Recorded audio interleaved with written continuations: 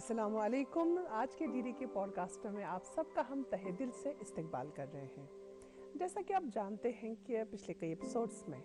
हम माजी के पन्नों को पलट रहे हैं। हम जानने की कोशिश करते हैं कि हमारा वजूद क्या है, हम कहाँ से आए हैं, हमारी तहजीब के बारे में हम जानते हैं, हम जानने की कोशिश कर रहे हैं। और इसी सिलसिले को आगे बढ़ाते हुए आज भी हमारी कोशिश है कि हम एक ऐसे पीरियड के बारे में बात करें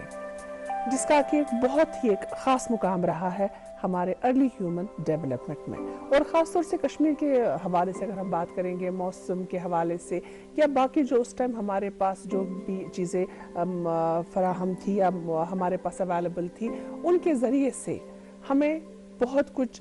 तरक्की करने के लिए मिला, बहुत कुछ जानने के लिए मिला। उसी के बारे में आज हम जानने की कोशिश करेंगे। जी हाँ, आज हम बात करेंगे मेगालिथिक पीरियड की।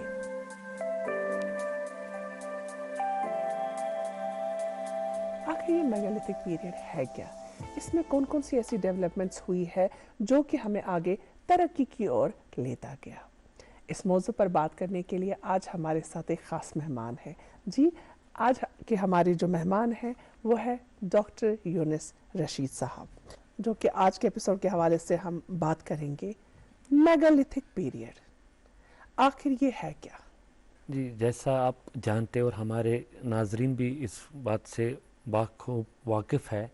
कि ह्यूमन सिविलाइजेशन की जब हम बात करते हैं तो इंसान ने बहुत से कल्चरल स्टेजेस से होते हुए जो है आज तक आए हैं। तो पहले पैलोलिथिक था, उसमें हम देख रहे हैं, या ओल्ड स्टोन एज जिसको हम कहते हैं, उसके बाद मेसोलिथिक आ गया, फिर नियोलिथिक आ गया, और नियोलिथिक से आगे बढ़ते बढ़ते एक नया कल्चरल स्टेज जो आ गया उसको हम मेगालिथिक कहते हैं। अगर हम आम फहम में समझने की कोशिश करें कि ये मेगालिथिक है क्या, तो बेसिकली इस कल्चरल स्टेज में हम देख रहे हैं कि ह्यूमंस जो थे उन्होंने बड़े बड़े स्टोन्स के मोनूमेंट्स जो है बनाए थे। और ये मेगालिथिक कल्चर जो है 1840 से लेके 1860 तक एकेडमिक सर्कल्स में ये कंसेप्ट जो है वजूद में आ गया। हालांकि फिर 1912 ऑनवर्ड्स हम देख रहे हैं कि ये कंसेप्ट जो है इस पे अच्छा खासा काम भी हुआ और ये एक एस्टैब्लिश्ड कल्चर माना गया so for the human development is concern. तो इंडिया में अगर हम बात करें तो ज़्यादातर हमें साउथ इंडिया और नॉर्थ ईस्ट इंडिया से इस कल्चर के जो है एविडेंसेस मिल रहे हैं। और आज भी अगर आप देखेंगे जो हमारा मणिपुर का इलाका है वहाँ पे अभी भी ये एज अ लिविंग ट्रेडिशन जो है वहाँ पे चल रहा है। तो इसी तरह अगर हम अपने रियासत की बात करें, अपने एरिया की बात करें, कश्मीर की पर्टिकुलरली अगर हम बात करें, तो यहाँ पे भी हमें बहुत सारे जो प्रिस्टोरिक साइट्स जो है वहाँ पे हमें ये मेगालिथिक ट्रेसेस जो है मिले हैं। खासकर अगर आप बुरजहाम की बात करें, गोफकार की बात करें, हारी पारीगाम की बात करें, डाडसर त्राल की बात करें, पामपुर की बात करें, तो या ये जो त्रकपुर जो है और भी बहुत सारे इलाके जो है वहाँ पे हमें ये मेगालिथ्स जो है मिले हैं। बिल्कुल सर, अगर इस आम कशीर ज़बान में अगर इस कत करो, ये मेगालिथिक वर्ड ये करते तुम डिफाइन मेगालिथिक गो क्या? बेसिकली युस जन ये मेगालिथिक वर्ड युस जन छ अमिक ओरिजिन छ ग्रीक ज़बान मज, यूनानी ज़बान मज। मेगा मतलब गो ह्यूज, बोड, तो लिथिक छ वनान स्टोनस। गो अगर अस कशीर पे वनो यम छ बज कने, बज कने। अगर कह आसि बुरजुहम गोमुत तत छ यम बज कने हज इत पट खड़ा करित यमन जन मेनहर्स त छ वनान। तो यम कने छ अत दौरस छ वनान यमिज इंसान मतलब एग्रीकल्चर ओस गोड़े आमुत, ये पोल्ट्री वगैरह त ओस आमुत, डोमेस्टिकेशन ओस आमुत, वह यमन चीजन सत सत अख नो डेवलपमेंट योस अस वुछान छ सो छ वुछान यमो लग वह इरेक्ट करन। इत पट आज अस बड़ मोनूमेंट्स छ बनावन यम अस तम वक्तक कनेन हिंद मोनूमेंट्स यमन जन अस वनो। बिल्कुल। तो अगर इस पन्ने कशीर हिंद सिविलाइजेशन हिंद कत करो, अमे दौरो क्या अहम मुकाम छ रोदमुत सानि कशीर मज मेगालिथिक पीरियडुक? वुच अगर अस मेगालिथिक दौरच कत करो, यह यम जन अस वुनिक तम डेट्स अवेलेबल छ। गोडनेथ छ बड़ बार बदकिस्मती कि योस आर्कियोलॉजी पे काम गई कशीर मज कम ज्यादा, बह वन ज्यादा गई कम ज्यादा योस गई। तो वारियान जायन गई कि रिपोर्ट्स गई पब्लिश या काम रूज अनफिनिश्ड, तो तम मूजूब नी डेट्स कह वन युस जन वारिया कह आर्कियोलॉजिस्ट या हिस्टोरियन अत कथ पे तिम इतफाक करान कि युस जन डेट ओस अमे पीरियड सह 1700 पे 1000 तम। अच्छा, 1700 पे 1000 BC तम। तो ये फेज ओस वारिया इम्पोर्टेंट सानि सिविलाइजेशनल जर्नी मज। क्याजकि अस वुछान ऑलरेडी युथि अस नियोलिथिकस पे वातान छ बुरजहामि तत छ ऑलरेडी वुछान कि डोमेस्टिकेशन ऑफ एनिमल्स स्टार्ट गमत, बिल्कुल डोमेस्टिकेशन ऑफ क्रॉप्स ते स्टार्ट गमत, हालांकि अत सत वुछान युस जन हंटिंग गैदरिंग सो रोज कंटिन्यू, मगर युथि अस मेगालिथ्स मज यवान अतन छ वोन थोड़ा एडवांसमेंट गसान। अच्छा एडवांसमेंट छ यथ पट गसान कि अस वुछान के नई क्रॉप आई अत मज इंट्रोड्यूस करना, बे छ वुछान युस जन टेक्नोलॉजी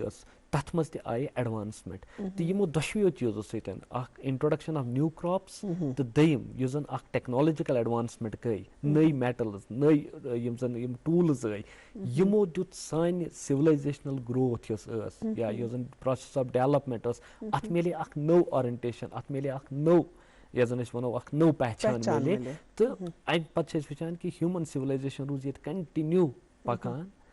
अत आय ब्रेक कुन जाए तो रूद ब्रोह ब्रोह पकान तो तरक्की करान। बिल्कुल सर अस पतमस एपिसोडस मज कर कत बुरजहामिचन कर गफ क्रॉलच कर वजाहतन कर कत कि तथ मज वो यमो कि मिलेट्स या बार्ली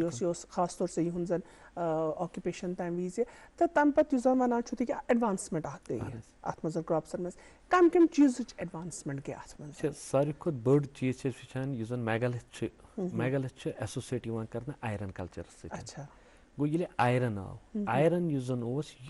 मतलब शेस्तरुक अगर वनकन तह वनो युथ शेस्तरुक यह आल टूल यह कॉपर या ब्रोंज खुद ज्यादा मजबूत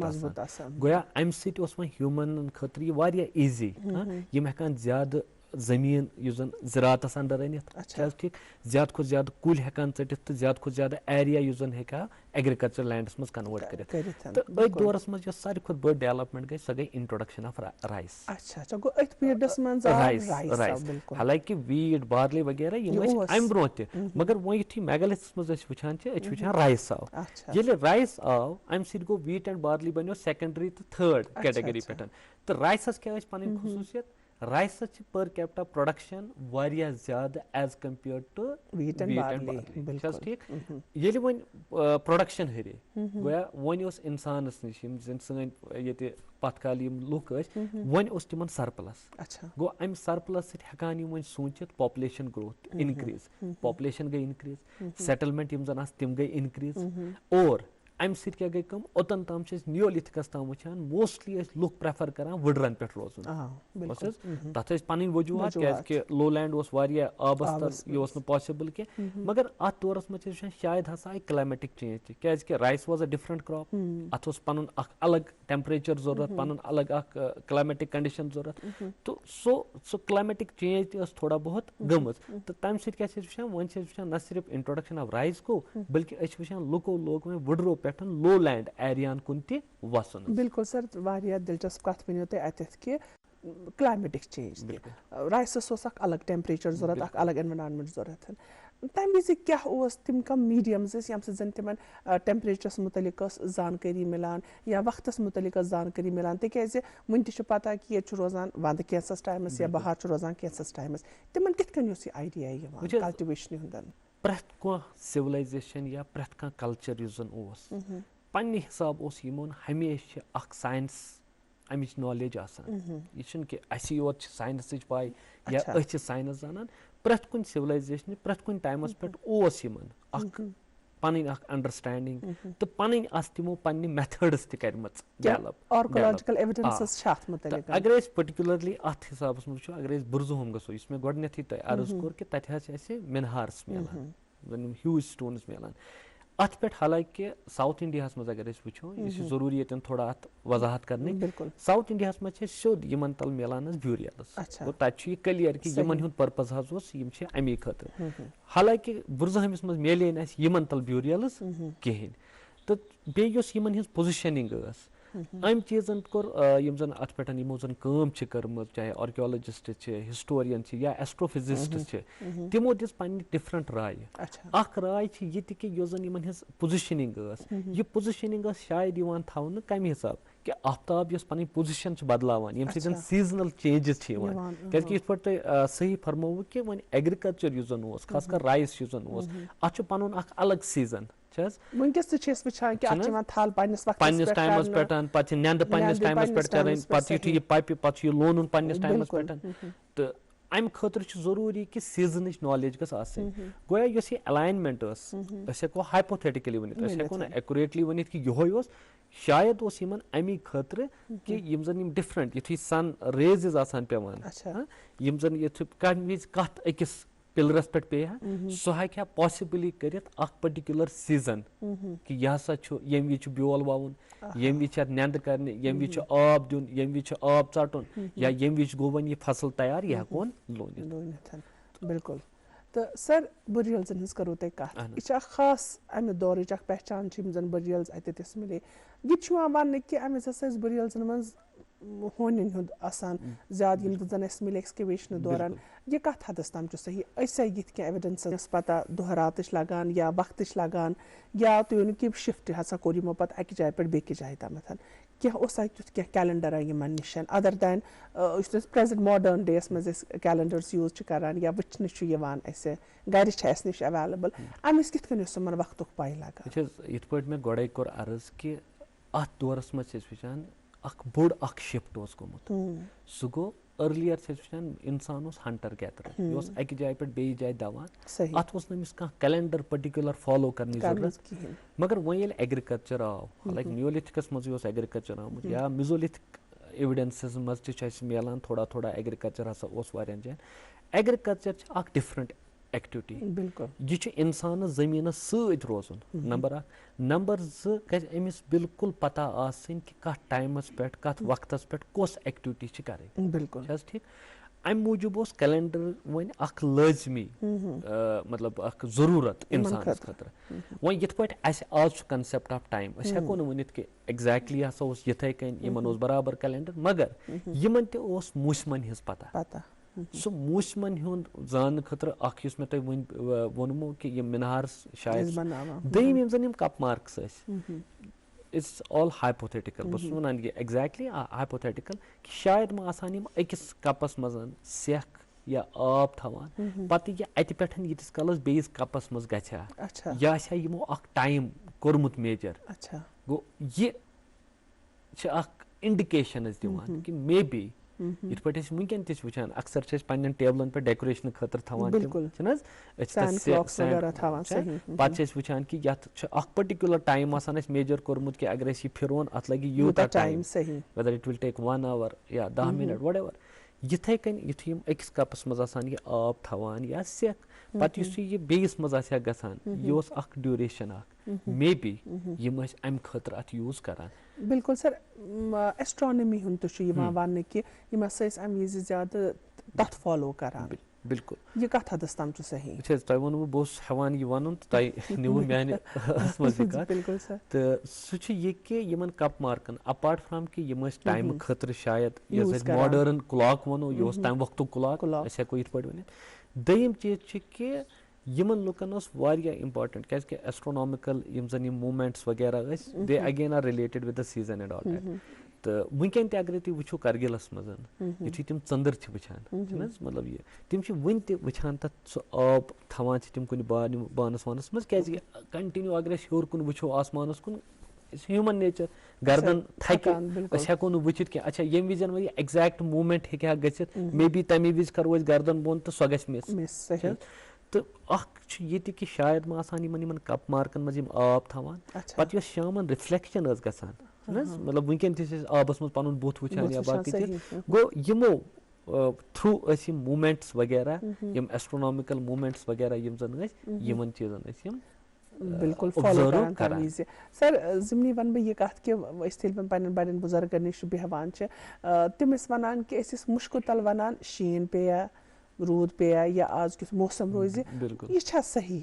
कि मुश्क तल हेक इंसान वनिथ मौसम कह कत प्रछन मज वन और यमन प्रछन पत किन बड़ बार एक्सपीरियंस कत वनान यह आसान यमो लुको एक्सपीरियंस कोरमुत हद बदनी वरियन वारियाहो जनरेशनो पत तिमन जनरेशन हिज एक्सपीरियंस आसान और तथ एक्सपीरियंस किस बुनियादस पे यम कह चीज मतलब क्या प्रिडिक्ट करान गोया इत पे आज मतलब रिस्क ज्यादा है, इम्पॉसिबल है, आज तक किसी ने नहीं किया। कैसे करोगे? 20 में करेंगे। अब 20 में 400 ml माउंटेन ड्यू, मतलब ज्यादा हिम्मत।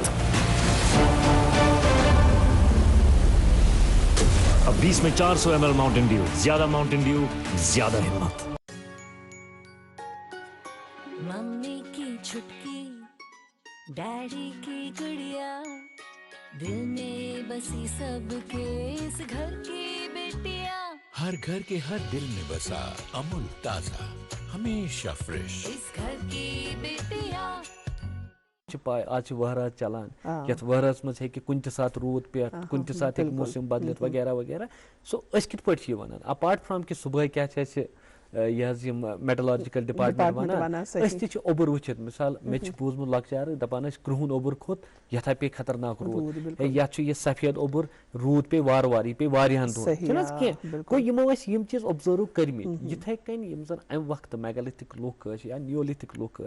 यमो तस पनुन एनवायरनमेंट असल पे अंडरस्टैंड कोर्मुत क्या यम कुन जाय हत बदनी वरियन वो रूचमित यमो हतस वरियस मज वो पूर पे समझमुत युस अतुक क्लाइमेट युस अतुक वेदर युस अतुक सॉइल टाइप या बाकी युस फ्लोरा एंड फाना युस जन यमो पूर पे अंडरस्टैंड कोर्मुत गोया वन मामूली अगर अत मज कह थोड़ा बहुत चेंज गया यम प्रिडिक्ट हेकान कर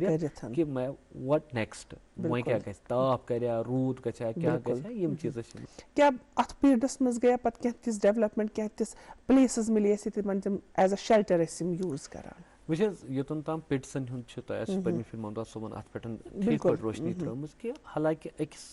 ठीक टाइमस ताम यह बिलीफ कि शायद इंसान अथ मज रोजान मगर पत युथी आर्कियोलॉजिस्टो असल पे काम कर मोस्टली स्टोरेज पर्पज खतर यूज कर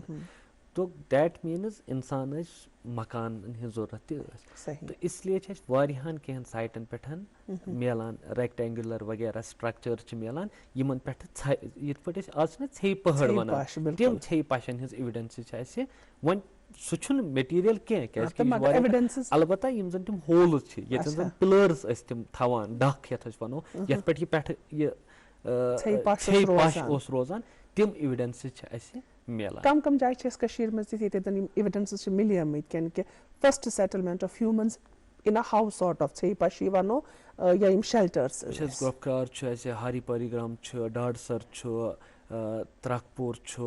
यथे कन यह पाम्पर बाकी जाय यमन जायन यम एविडेंस मिलान तो बे सारी खुद इम्पार्टेंट ये बुरजोम तो गोपकार पत रुकान मतलब ये गैप सो गैप कर पूर पत ये सेमथन सेमथन गो फर्स्ट टाइम एक्सकवेट 1979 मज HK नारायणन कोर सह हालांकि तम विज तम अत पोजिशन मज कि तम हेकान अमिच कल्चरल सीक्वेंस यथ वनो सेमथन लोकेशन कत एग्जैक्टली सेमथन बिल्कुल जन नो हाईवे बनो ये पकान ये ऊंटपुर हेर कुन अतन बाल टेंग हूँ तथ सेमथन वनान तो सह तो यह इम्पार्टेंट सेटलमेंट तो ये पे मैं वोनमो 1979 मज गो यह first time excavate Narayan gene तो मगर तम अत पोजिशन मज कि तम हेकान अमिच कल्चरल सीक्वेंस सह एस्टैब्लिश कर तम पे कर 1981 83 87 मज ये RS बिस्टन एक्सकवेट तो तमो कर अत पे असल काम तो अत मिलो NBPW NBPW Indo Greek cushion और तम पे मिलो अर्ली हिस्टोरिक पीरियड पन लोकल डायनास्टीज वगैरह सह मिलो तो 2014 मज कर पत पे लेटेस्ट डॉक्टर अब्दुलरशीद लोन तमो कर अत पे काम तो यह मल्टी कल्चरल सेटलमेंट यो सानी सिविलाइजेशनल हिस्ट्री पत कंटिन्यूटी यानी कि अत मिलो यह सोरी क्या गढ़ मिलो ये वनो हाँ मिनहार अतन मिलान अतन हेको मतलब हाइपोथेटिकल एजम्पशन वन ये कि अगर ये मानो कि यम कन यम जन यमन हसा कह association with the religious belief look कन थवान यमन पूजान या क्या मगर ये सेमथन वातान खासकर ये NBPW मज वातान नॉर्दर्न ब्लैक पॉलिश्ड वेयर यह रलावान वन कत गैंजेटिक पेसनस गो सन कंटैक्ट मेन लैंड इंडिया अत sun one Mauryan empire NBPW पंच मार्केट कॉइन्स वगैरह यम मिलान और यह सो टाइम यम विजन बुद्धिज्म तज इंट्रोड्यूस गसान गोया वन येतुक मजहब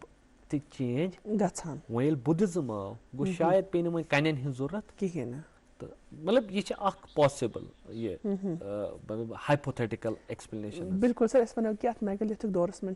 तरक्की सपदीमत अख इंसान हेतमुत यूत एडवांस गोमुत कि सेटलमेंट क्रॉप डोमेस्टिकेशन या बाकी बाकी हथियारन अगर टूल्सन हज कत करो तथ मज कर तम डेवलपमेंट क्या खास मिस्ट्री रोजम अमि पीरियड ड्यूरिंग एक्सकवेशन या एज एविडेंस क्या मिस्ट्री रोजम मेगालिथिक दौरच खास कर अगर कशीर हिंस कत करो तो megalithic in itself is a puzzle अच्छा यह अख पजल युस न वुनिक ताम छन हेकान सॉल्व करित कहीं सो गो ये कि यथ पे स्टार्टस मज त कत कर कि अगर साउथ इंडिया मज वो तत मेगालिथ मिलान बिल्कुल क्लियरली और यमन तल मिलान ब्यूरियल गो अ क्लियर गसान कि यमन हुंद पर्पस क्या हो सही वन ब्यूरियल डिफरेंट टाइप अड़न जायन सोदी स्केलेटन मिलान अड़न जायन cremation because there are different types of burials गो अ मिलान मगर कशीर मज मिले डायरेक्ट ब्यूरियल्स कहीं तो तव मूजूब मतलब megalithic in itself is a puzzle कि यह कम खतर सही यह डिमार्केट कर पन एरिया अत कह रिलीजियस बिलीफ हाँ यह कह मतलब एस्ट्रोफिजिक्स काइंड ऑफ रिलेटेड हाँ कि अत बे पर्पस अलबत्ता अख चीज हेको वनित मतलब कि अगर बे साउथ इंडिया कुन वो क्या मे वो गोडनेथी कि सारी खुद ज्यादा कंसंट्रेशन मेगालिथन हज सो मिलान तती हालांकि मेगालिथ दौरस मज क्या मगर पत पहम यु संगम दौरस मज